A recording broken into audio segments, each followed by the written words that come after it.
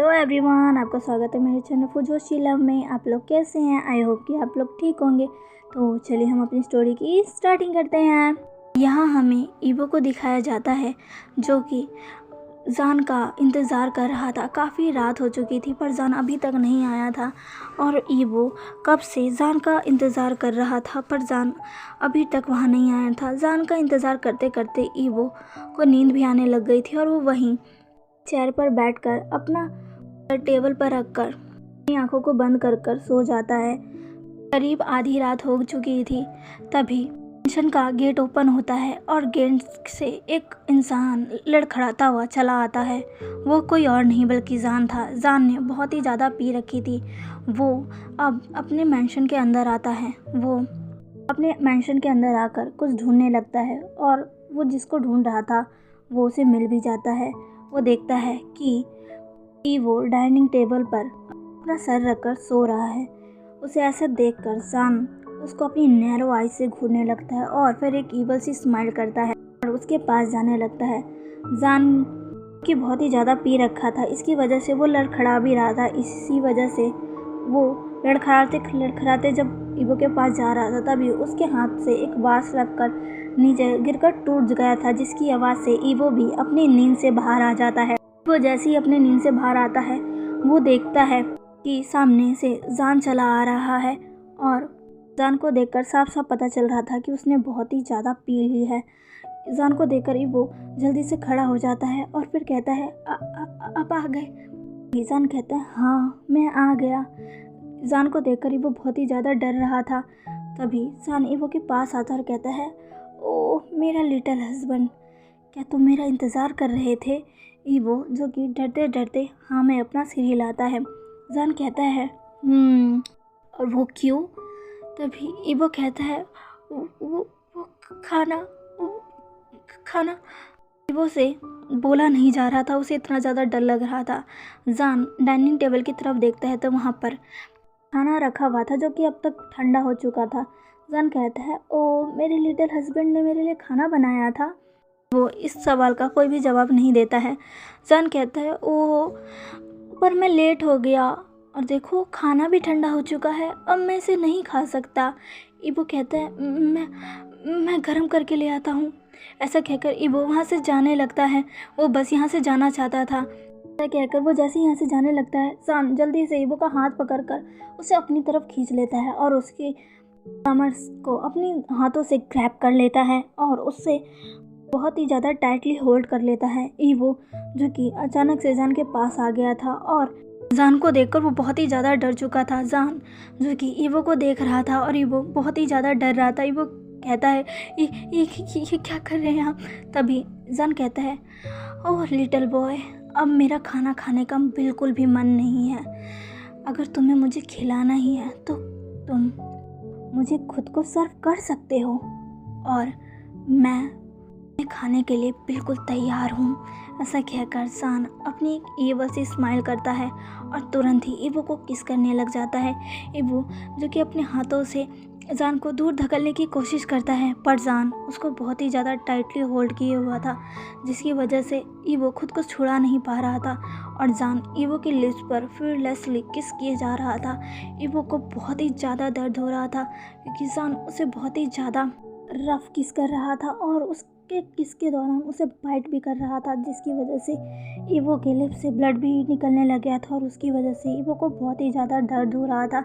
Evo जैसे तैसे खुद को जान से जोर से जान को धक्का देकर अलग करता है और जान से दूर हो जाता है। वो अपने लिप्स को साफ करता है जिस पर ब्लड लगा हुआ था।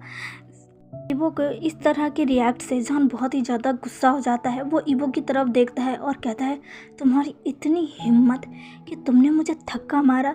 ईवो कहता है प्लीज़ प्लीज़ ऐसा मत करो प्लीज़। जान कहता है अब तो मैं तुमको बिल्कुल भी नहीं छोड़ूंगा। ऐसा कहकर जान ईवो के पास आने लगता है और ईवो जल्दी से वहाँ से भागने लगता है। जान कहता है तुम मेरे हाथों से बच नहीं सकते। ईवो जो कि बहुत ही ज़्यादा डर चुका था उससे ढंग से चला भी नहीं जा रहा था पर वो फिर भी जैसे तैसे जान से अपना पीछा छुड़वाना चाहता था। वो जल्दी से भागकर उसी रूम में आता है जिसमें वो था। वो जल्दी से उस रूम में आता है और जैसे ही उस रूम का डोर लॉक करने वाला था वैसे ही जान वहाँ पहुँच जाता है और वो सीधा ही ईवो को धक्का मारकर नीचे फर्श पर गिरा देता है और फिर रूम का डोर बंद कर देता है। ईवो जो कि बहुत ही ज़्यादा डरा हुआ था वो फर्श पर रेंग कर पीछे की तरफ जा रहा था और जान जो कि चलकर ईवो के पास आ रहा था। ईवो कहता है नहीं नहीं नहीं, ऐसा कहकर ईवो जल्दी से उठता है और फिर उसे वहाँ से भागने लगता है, पर जान इस बार उसे पकड़ लेता है और फिर उसे अपनी तरफ खींचकर एक ज़ोरदार चाटा मारता है और सीधा बेड पर गिरा देता है। जान का चाटा बहुत ही ज़्यादा जोर से लगा था ईवो को, जिसकी वजह से ईवो की लिप्स से फिर से ब्लड निकलने लगता है। ईवो जो कि अपने गालों को पकड़ लेता है और कराहने लगता है। कहता है तुम अब मुझसे बिल्कुल भी नहीं बचने वाले। ऐसा कहकर जान अपने शर्ट के बटनों को ओपन करने लगता है। ईवो बहुत ही ज़्यादा डर चुका था। जान 2 दिन से उसके साथ यही कर रहा था। वो जान को ईवो को इसकी वजह से बहुत ही ज़्यादा पेन हो रहा था खुद की बॉडी में, पर जान अभी भी नहीं रुका था। वो आज भी ईवो के साथ वही करने जा रहा था जो वो पिछली 2 दिन से ईवो के साथ करता आया है। ईवो जो कि बैठ के पीछे पर रेंग कर पीछे जाने लगता है और जान से कहता है प्लीज़ नहीं नहीं, प्लीज़ ऐसा मत करो, प्लीज़ ऐसा मत करो, मेरी क्या गलती है, तुम ऐसा क्यों कर रहे हो, ऐसा मत करो। जान कहता है तुम्हारी कोई गलती नहीं है, पर फिर भी तुम्हें सज़ा मिलेगी क्योंकि तुम उसके बेटे हो जिससे मैं बहुत नफ़रत करता हूँ, हद से ज़्यादा नफ़रत करता हूँ, और उसकी सज़ा उसी की सज़ा तुम्हें मिल रही है। ईवो कहता है नहीं ऐसा मत करो, ऐसा मत करो, पर जान ईवो की बात बिल्कुल भी नहीं सुनता है और वो सीधा ही ईवो का पैर पकड़कर खींच देता है, जिससे ईवो पूरा का पूरा बेड पर लेट जाता है। और फिर जान ईवो के ऊपर आ जाता है और उसे फिर से फ्रूटलेसली किस करने लग जाता है। ईवो जान को दूर हटाने की कोशिश करने लगता है, पर जान फिर से उसके दोनों हाथों को पकड़कर बेड पर पिन कर देता है और फिर उसके नेक पर बहुत ही ज़्यादा ज़ोर से बाइट करने लग जाता है। वो चीखता है, चिल्लाता है, जान से मिन्नतें करने लगता है कि वो प्लीज़ मुझे छोड़ दे। वो कहता है नहीं प्लीज़ प्लीज़ मुझे छोड़ दो, नहीं ऐसा मत करो। वो बहुत ही ज़्यादा चीख रहा था, पर जान ईवो पर बिल्कुल भी रहम नहीं खा रहा था। जान ईवो के नेक से लेकर उसके पूरे चेस्ट पर वो एक ओमेगा था, इसकी वजह से उसकी ब्रेस्ट भी थी। जान उसकी ब्रेस्ट पर ही ज़ोरदार बाइट करता है, जिसकी वजह से ईवो एक बहुत ही ज़ोरदार चीख मारता है। जान जो कि ईवो की ऐसी हालत देखकर बहुत ही ज़्यादा खुश हो रहा था। ईवो के आंखों से कंटिन्यूसली आंसू निकल रहे थे। ईवो कहता है प्लीज़ प्लीज़ ऐसा मत करो, मुझे छोड़ दो, प्लीज़ प्लीज़ प्लीज़ मैं तुमसे भीख मांगता हूँ, ऐसा मत करो। कहता है नहीं बिल्कुल भी नहीं, उसने भी नहीं छोड़ा था, वो भी ऐसी ही चीखी थी पर उसने भी नहीं छोड़ा था। वो एक दरिंदा है, वो एक हैवान है, और अब उसने जो किया है उसकी सज़ा तो उसको मिल के ही रहेगी। उसने किसी और की ज़िंदगी ख़राब की थी और मैं उसके बेटे की ज़िंदगी ख़राब करूँगा। ऐसा कहकर जान ईवो के कपड़े को फाड़ डालता है और सीधा ही उससे अलग कर देता है। ईवो अपनी बॉडी को अपने हाथों से ढकने लगता है, पर जान उसके हाथों को बेड से ही बांध देता है। ईवो चिल्लाता है, चिल्लाता है, पर जान उसे बिल्कुल नहीं छोड़ता। जान फिर से खुद को ईवो के अंदर इंसर्ट कर देता है और ईवो को इस बार भी हद से ज़्यादा पेन होता है क्योंकि जान ने इस बार भी ईवो को प्रिपेयर नहीं किया था।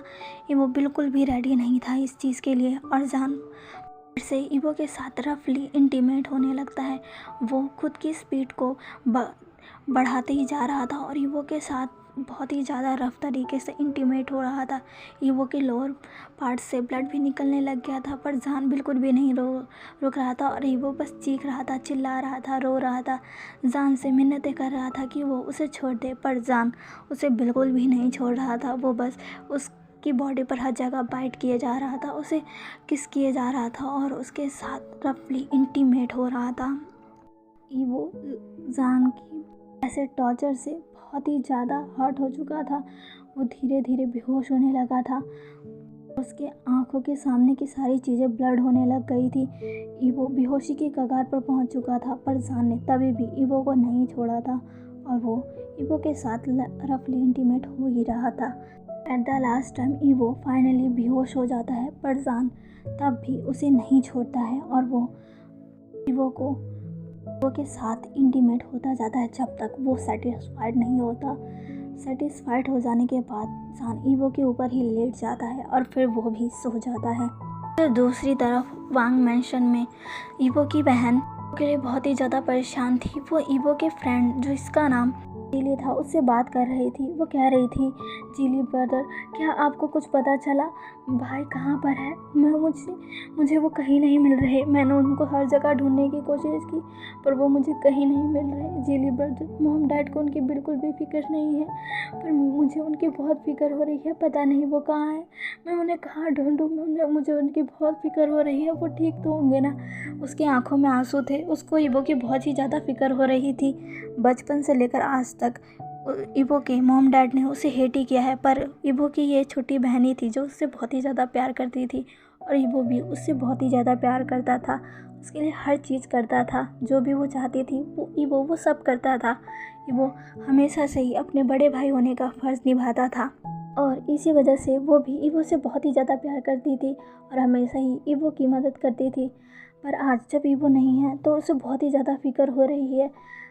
जीली कहता है, तुम फिक्र मत करो, मैं ईवो को ढूंढ रहा हूँ। मैंने काफ़ी लोगों से बात भी की है ईवो को ढूंढने के लिए, यहाँ तक कि मैंने पुलिस कंप्लेंट भी की है पर ईवो का अभी तक कुछ पता नहीं चल रहा। लेकिन तुम चिंता मत करो, मैं उसे कहीं से भी ढूंढ कर निकालूंगा। वो मेरा बेस्ट फ्रेंड है और मैं अपने बेस्ट फ्रेंड को कुछ भी नहीं होने दूंगा। तुम चिंता मत करो, ईवो हमें मिल जाएगा, वो भी जल्द से जल्द। तभी वो की छोटी बहन कहती है, प्लीज़ ब्रदर, प्लीज़ गगा को ढूंढ निकालिए। 3 दिन हो गए हैं, गगा नहीं मिले। प्लीज़ उन्हें ढूंढ निकालिए। मुझे उनकी बहुत ही ज़्यादा फिक्र हो रही है। पता नहीं वो कहाँ होंगे, कैसे होंगे। जीली कहता है, तुम्हारे मॉम डैड को कि बिल्कुल फिक्र नहीं हो रही ली? तभी ली कहती है, नहीं बिल्कुल भी नहीं। इनफैक्ट वो तो गगा के यहाँ से जाने से बहुत खुश है। उनको ज़रा सा भी फ़र्क नहीं पड़ रहा गगा के यहाँ से जाने से। मैंने उनसे बात की पर फिर भी उन्हें कोई फ़र्क नहीं पड़ता। मेरे मॉम डैड सच में बहुत ही ज़्यादा निर्दयी है। मुझे वो बिल्कुल पसंद नहीं, बिल्कुल भी नहीं पसंद। बहुत बुरे हैं। ज़रूर उन्होंने ही गगा के साथ कुछ किया होगा। पता नहीं मेरे गगा कैसे होंगे। तभी जीली कहता है, ली, अगर तुम्हें उन पर शक है तो तुम अपने मॉम डैड की जासूसी क्यों नहीं करती? अगर वो इतने ज़्यादा बेफिक्र है इसका मतलब है कि उन्हें पता है कि ईवो कहाँ है, बस वो तुम्हें बता नहीं रहे हैं। ली ये सुनकर शॉक हो जाती है और फिर जीली से कहती है, क्या सच में उन्हें पता होगा कि गगा कहाँ है? तभी ली कहता है, हाँ तुम्हें पता है ना, तुम्हारे मॉम डैड बचपन से ही ईवो से हेट करते आए हैं और तुम्हारी मॉम तो ईवो को इस घर में बर्दाश्त भी नहीं करना चाहती। वो तो कब से ईवो को इस घर से निकालना चाहती थी। ली कहती है, हाँ मैं ये सब जानती हूँ पर ऐसा नहीं कर पाई। ली कहता है, हाँ लेकिन शायद अब वो जो चाहती थी वो हो चुका है। इसी वजह से वो दोनों बहुत ही ज़्यादा खुश हैं। मुझे लगता है उन्हें ज़रूर पता है कि ईवो कहाँ है। तुम अपने मॉम डैड की जासूसी करो, पता लगाओ कि आखिर ईवो कहाँ है। मुझे यकीन है कि तुम्हें उनसे ही पता चलेगा कि तुम्हारा भाई कहाँ पर है। ली कहती है, गगा अगर यही बात है तो मैं अपने भाई का पता लगा कर रहूँगी। मैं अपने मॉम डैड को बिल्कुल भी नहीं छोड़ूंगी। अगर मेरे भाई को कुछ भी हुआ या मेरे भाई को ज़रा से भी खरोच आई तो मैं अपने मॉम डैड को बिल्कुल भी नहीं छोड़ूंगी। मैं ये भी नहीं देखूंगी कि वो मेरे मॉम डैड है। वो भले ही मेरे मॉम डैड है पर मैं उन्हें नहीं मानती। वो बहुत बुरे हैं। वो बस पैसों से प्यार करते हैं। उन्हें अपने बच्चों की फिक्र नहीं है। वो बस पैसों से ही प्यार करते हैं। उन्होंने गगा को भी घर में इसीलिए रखा था क्योंकि फादर की जो फर्स्ट वाइफ थी उनकी प्रॉपर्टी गगा के नाम पर थी। गगा कि उस पेपर पे साइन करते ही गगा अचानक से गायब हो गए। मुझे यकीन है कि आप सही कह रहे हैं, इसमें मॉम डैड का ही हाथ होगा।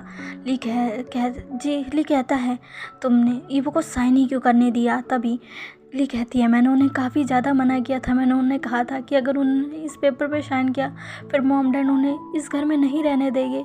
गगा ये सब जानते थे पर पता नहीं क्यों उन्होंने मुझसे कहा कि उन्हें सब पता है पर फिर भी ऐसा ही करेंगे। वो अपनी सारी प्रॉपर्टी मॉम डैड को दे देंगे। उन्हें लगा था कि शायद प्रॉपर्टी मिलने के बाद वो थोड़ा गगा पर तरस खाएंगे उन्हें पैसे ही चाहिए थे ना, इसलिए गगा ने उन्हें पैसे दे दिए ताकि वो गगा को यहाँ रहने दे। पर मैं जानती थी कि वो ऐसा नहीं करेंगे। मैंने गगा को काफ़ी बार समझाया था पर गगा नहीं माने। और देखो गगा गायब हो गए, पता नहीं वो कहाँ होंगे, कैसे होंगे। जिली कहता है तुम फिक्र मत करो, हम ईबो को ढूंढ कर निकालेंगे। जिली कहती है हाँ, मैं उस इंसान को बिल्कुल भी नहीं छोड़ूंगी जो मेरे गगा को हर्ट करेगा। जिली कहता है हाँ, और मैं भी नहीं। चलिए गाइस, आज की स्टोरी बस यहीं तक। आज का पार्ट आपको कैसा लगा प्लीज़ प्लीज़ प्लीज़ मुझे कमेंट करके ज़रूर बताइएगा। प्लीज़ मेरे चैनल को लाइक, सब्सक्राइब एंड शेयर कर दीजिएगा। मिलते हैं इसके नेक्स्ट पार्ट में। बाय।